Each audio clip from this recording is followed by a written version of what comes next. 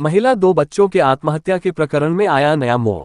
दूसरे दिन में नहीं हुआ महिला एवं बच्चों का पोस्टमार्टम।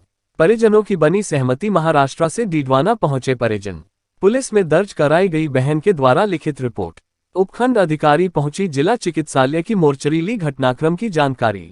डीडवाना विधानसभा क्षेत्र के नजदीकी पावटा की ढाणी में 30 जुलाई को सुबह एक महिला अपने दो बच्चों के साथ कुंड में कूदने की सूचना मिली, जिस पर ग्रामवासियों परिजनों के द्वारा शव को बाहर निकलवाया गया और पुलिस को सूचना दी गई। पुलिस मौके पर पहुंची और शवों को अपने कब्जे में लेकर जिला चिकित्सालय की मोर्चरी में रखवाया। वहीं 30 जुलाई को शवों का पोस्टमार्टम नहीं हो पाया गया, जिसके बाद पूरे घटनाक्रम की जानकारी परिजनों को दी गई। परिजन महाराष्ट्र से आज जिला चिकित्सालय की मोर्चरी पहुंचे और परिजनों ने पोस्टमार्टम के लिए अपनी सहमति जताई। वहीं मृतका की बहन ने एक लिखित रिपोर्ट थाने में दी है। ये रिपोर्ट प्रियंका पत्नी सुखदेव निवासी बारिया मौलासर के द्वारा दी गई है, जो मृतका और दो बच्चियों की बहन और मौसी है। रिपोर्ट में बताया गया है कि मेरी बहन दीपाली देवी पत्नी हीरा लाल निवासी धनकोली मौलासर नागौर, उम्र 21 वर्ष, अपनी दो पुत्रियों अंकिता 3 वर्ष, पिंकी 2 वर्ष के साथ अपने बहनोई श्रवण राम पुत्र भिवा राम निवासी पावटा की ढाणी के यहाँ रहती थी, जो 30 जुलाई को सुबह दोनों पुत्रियों के साथ घर पर थी। दोनों बच्चियों घर के बाहर गुवाड़ी आंगन में बने होद के पास खेल रही थी। दुर्घटनावश बच्चियों होद में गिर गई। बच्चियों को बचाने के प्रयास में दीपाली भी होद में गिर गई। घटना के समय घर पर अन्य कोई सदस्य मौजूद नहीं होने के कारण तीनों की मौत हो गई।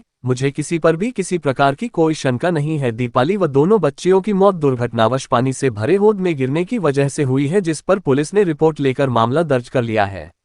वहीं इस पूरे घटनाक्रम की जानकारी के लिए उपखंड अधिकारी मौके पर पहुंची और पूरे घटनाक्रम की जानकारी ली। वहीं मीडिया से रूबरू हुई उपखंड अधिकारी ने बताया कि 30 जुलाई को ग्राम पावटा की ढाणी का एक प्रकरण संज्ञान में आया था, जिसमें महिला के द्वारा शुरुआती तौर पर सामने आया कि घर में बने पानी के हौद में एक महिला के द्वारा अपने दो बच्चियों के साथ हौद में कूदकर आत्महत्या करने का प्रकरण सामने आया था, जिस पर आज 31 जुलाई को उपखंड मजिस्ट्रेट के द्वारा इन्वेस्टिगेशन किया गया है, क्योंकि महिला यहाँ से बाहर की रहने वाली थी और यह कल 30 जुलाई का प्रकरण है, जिसमें महिला के पीहर पक्ष के जो लोग हैं उनसे बातचीत की गई। वह महाराष्ट्र के रहने वाले लोग हैं। पीहर पक्ष वालों ने बोला पोस्टमार्टम हमारे आने के बाद कराया जाए। पीहर पक्ष के लोग 31 जुलाई को शाम को पहुंचे हैं और उनसे पूछताछ की गई है और उनको प्रथम दृष्टि रिपोर्ट शिकायत उनसे दर्ज करवाई गई। उनको क्या लगता है उसके आधार पर पोस्टमार्टम पर पीहर पक्ष के लोग सहमत है और उनके रीति रिवाज के अनुसार रात्रि में दाह संस्कार नहीं होता, जिसमें परिजनों का निवेदन है कि पोस्टमार्टम 1 अगस्त को सुबह किया जाए, ताकि 1 अगस्त को शाम ढलने से पहले अंतिम संस्कार हो सके और सुबह पोस्टमार्टम करवाकर शवों को परिजनों के हवाले कर दिया जाएगा और परिजनों के द्वारा जो शिकायत दी गई है उसके अनुसार जांच कर कार्रवाई की जाएगी।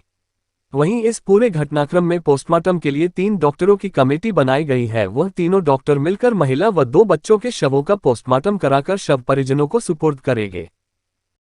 कल उपखंड डीडवाना की ग्राम पावटा की ढाणी में एक प्रकरण संज्ञान में आया था, जिसमें एक महिला द्वारा शुरुआती तौर पर उन्होंने पानी का हौद जो घर पे बनता है उसमें अपनी 2 बच्चियों सहित कूदकर आत्महत्या करने का शुरुआती तौर पर प्रकरण आया था, जिसका यहाँ पर आज जो इन्वेस्टिगेशन है वो किया गया है मजिस्ट्रेट द्वारा।